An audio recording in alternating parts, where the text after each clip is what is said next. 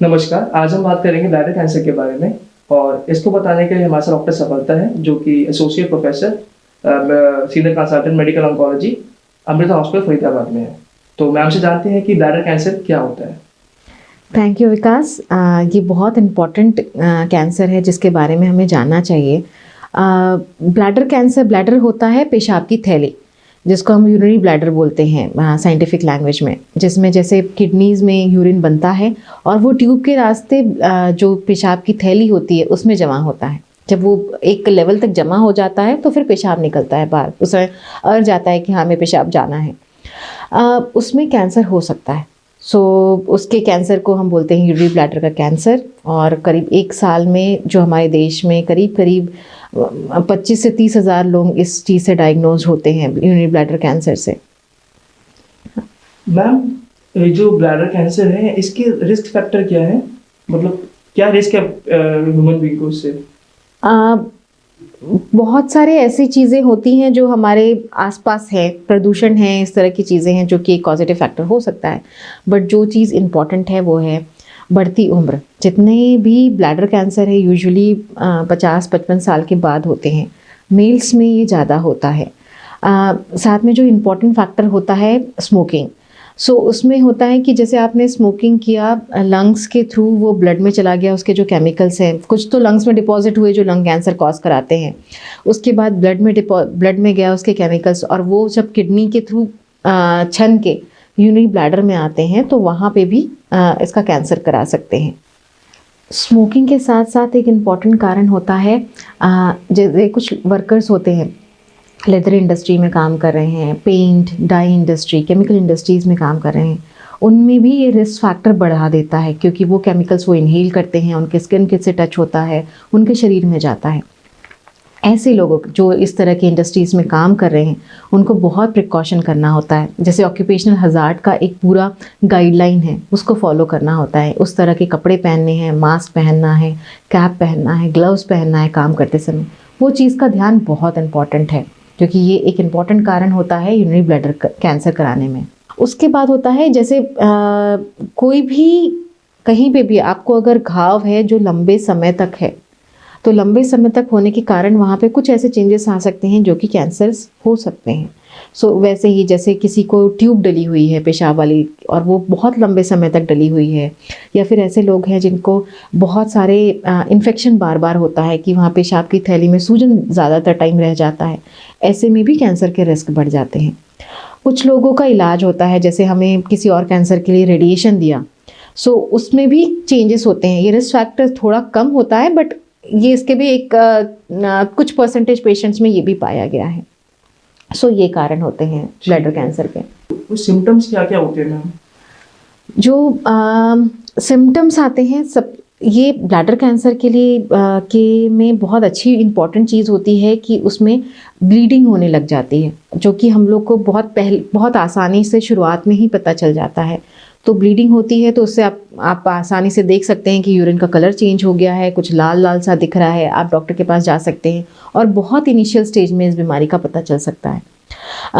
कुछ लोग उसको भी नज़रअंदाज करते हैं। उसके बाद की जो परेशानी हो सकती है वो ये है कि उनको क्योंकि ब्लड है वहाँ पर, तो वो कुछ इरिटेशन करवा रहा है, उसके कारण उनको बार बार पेशाब आ रही है, पेशाब में जलन हो रही है, दर्द हो रहा है और कमर में भी दर्द हो रहा है। तो इस तरह की परेशानी उनको आ सकती है यूरिनरी ब्लैडर कैंसर से।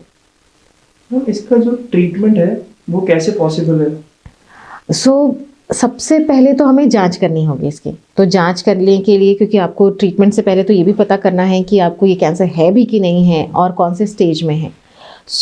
उसमें क्या होता है, जैसे कोई पेशेंट है ये सिम्टम्स के साथ आया तो डॉक्टर ने क्या किया, पहले यूरिन टेस्ट किया, क्योंकि हम लोग जब भी कोई टेस्ट करते हैं तो हम ऐसी चीज़ें जो हम बाहर से आसानी से कर सकें हम उसके लिए पहले जाते हैं। यूरिन टेस्ट किया, उसमें दिखा कि माइक्रोस्कोप के नीचे देखा गया कि उसमें कुछ एबनॉर्मल सेल्स हैं, कुछ कैंसरस सेल्स दिख रहे हैं। उसमें हमने फिर आगे फिर ट्यूब डाल के जांच की जाती है कि वहाँ पे कुछ एबनॉर्मल तो नहीं दिख रहा है, कुछ अगर कुछ दिखता है तो हम उसमें से टुकड़ा निकालते हैं जिसको हम बायोप्सी कहते हैं।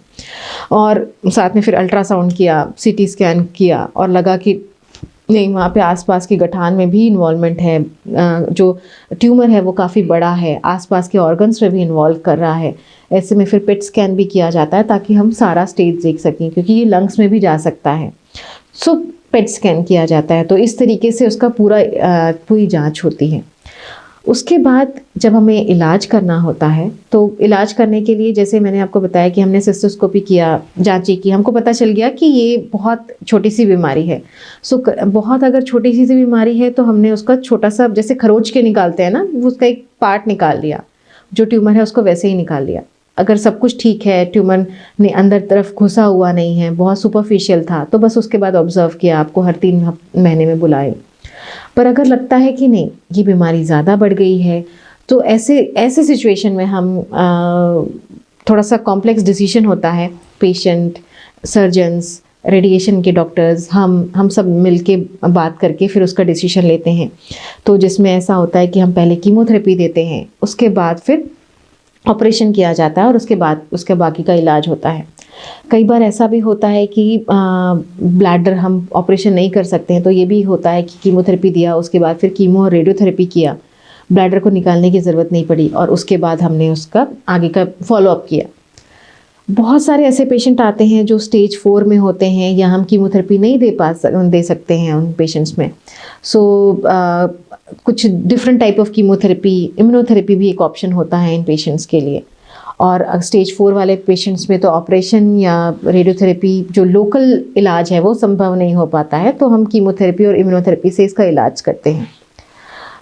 ऐसे होता है इसका इलाज। ठीक है, धन्यवाद मैम, आपने इंफॉर्मेशन पूरी शेयर करी है हमारे व्यूवर्स के साथ। आप कुछ बताएंगे लास्ट में, कुछ बोलना चाहेंगे व्यूवर्स को, कोई इंफॉर्मेशन हमारे यंगस्टर्स को और अपने व्यूवर्स को? हाँ, बहुत इम्पॉर्टेंट होता है कभी भी कैंसर के बारे में जानना, या उसका इवैल्यूएशन करना, या स्क्रीनिंग टेस्ट बहुत सारे आपके पास अवेलेबल हैं। बट ये सब चीज़ स्क्रीनिंग भी कराते हैं लोग, पर उसमें ऐसा पता चलता है कि कुछ कैंसर नहीं है, 2-3 महीने के बाद पता चला गांठ हो गई। आपको सबसे इम्पॉर्टेंट है आपके लिए जानना कि जब भी कोई सिम्टम हो उसको नज़रअंदाज नहीं करना है। उसको आपको 1 हफ्ते 2 हफ्ते ज़रूर घर कोई भी डॉक्टर के पास नहीं जाएगा, सबसे पहले वो कुछ ना कुछ घरेलू इलाज है इस तरह से करते हैं। आपको जब भी ऐसा लगता है कि आपने 1-2 हफ्ते देख लिया है, पर ये बीमारी, अब जो भी आपको तकलीफ़ है वो वैसे ही है, कुछ इम्प्रूवमेंट नहीं हो रहा है, तो आपको डॉक्टर के पास जाना है, डॉक्टरी सलाह लेनी है, उनका ट्रीटमेंट फॉलो करना है। पर उसके बाद भी अगर आपको इम्प्रूवमेंट नहीं आता है तो वापस उनके पास जाना है, सो दैट वो फर्दर इवैल्यूएट कर सकें। क्योंकि एकदम से डॉक्टर सीधा आपको पेट स्कैन कराया, एंडोस्कोपी किया, बायोप्सी किया, ऐसा कोई नहीं करता है। पहले तो सब सिम्टोमेटिक ट्रीटमेंट देने की पहले कोशिश करते हैं।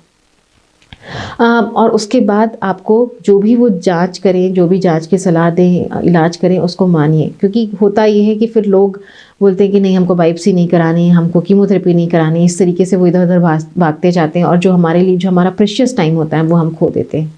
क्योंकि आपको ये जानना बहुत इंपॉर्टेंट है आपके लिए कि आप कैंसर से लड़ेंगे तभी जीतेंगे, नहीं तो कैंसर जीतेगा ही।